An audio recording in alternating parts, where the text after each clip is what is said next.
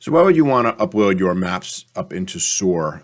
There are many different types of users and many good reasons to do this. Let's take a look at some examples, and I think that'll help better explain this. So starting with GIS users like me, map nerds, the idea of using Soar with GIS just makes a lot of sense.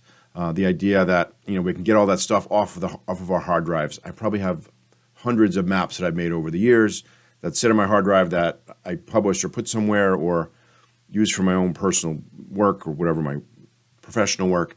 And it's just sitting there, and I can upload it to the world, open it up, save it as a GeoTIFF, and put it up to the world and let everyone see what I've been up to and share that work and build off of it. And that's great. And I love that concept.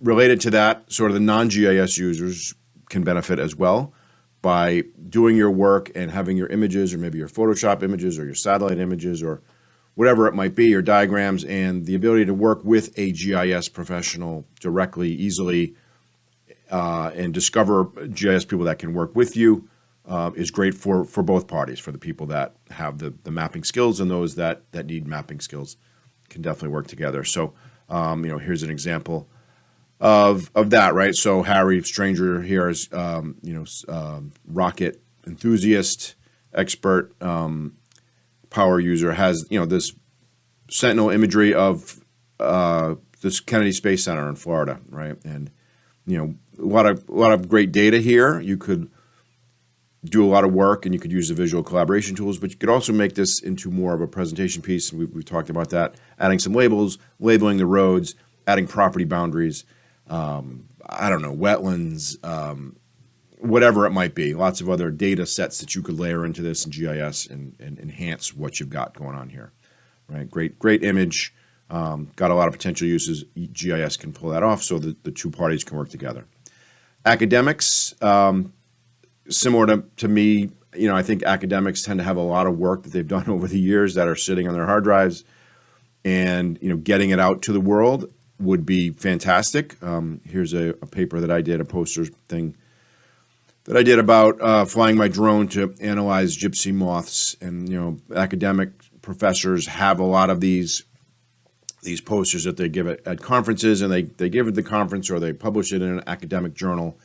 Relatively speaking, not many people see them. So this is a great way to open it up to the world. People can see this image, can see the stuff that I did, and maybe more importantly, has a link to where you can go to read more about it, right? So I put in here the LinkedIn article that explains it, so people can see all the images in here and explain the whole thing, and that's a great way to get it out there, right? To find other people that may be doing work in your area, right? So you're doing work in, say, this salt marsh, and there's local people that are doing cleanup work or whatever it might be. Like, there's lots of different collaborators. The place is what brings us together. It's that commonality, and SOAR allows for that, and it's a great thing, right? Along those same lines, artists using SOAR is fantastic. Here's one from Earth Art, from the Gardens of Tulips in the Netherlands, right? So just a cool image, right? This could totally be made into an art piece. It's just neat, right? Enhanced image, I believe, but you could, I think, turn that into a nice picture.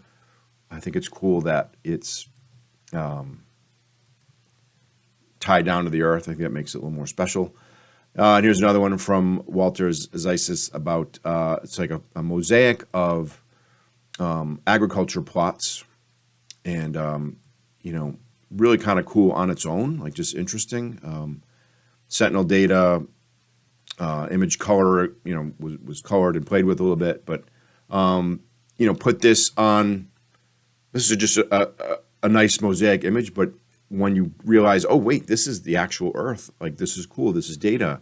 This is beyond just a cool mosaic. That really makes it special. So I really like when people do stuff like this. And then I see drone service providers as another way that people could use SOAR, and the reason that they should get their images up. We've got Poker Flats research range up in Alaska. It was flown by a drone. So imagine, you're a drone provider, you've got some orthomosaics done, or just some cool drone imagery. You put it up into Soar, people can find it. You can put in a link to your website. You can describe what it was and what happened, where you took it, and you can advertise your work, right? Kind of show what you can do, sort of a portfolio piece online to the world with a link. So if you email someone and say, hey, check out my work here in Soar, and they can go and get the context and figure out exactly where it is, and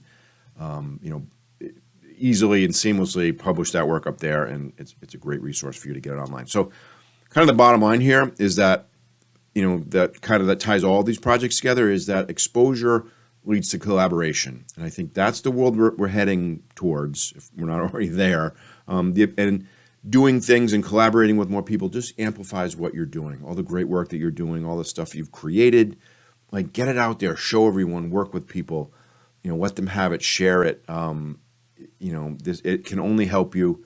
Keeping your data inside your head or on your hard drive just doesn't work. We want to see more of this. I think Soar is that link that allows for these great things to happen. So whether you're an artist or a scientist or a researcher or an academic professor or a drone service provider, get on Soar, get your stuff up there. I think good things are going to happen, especially if you're talented. All right.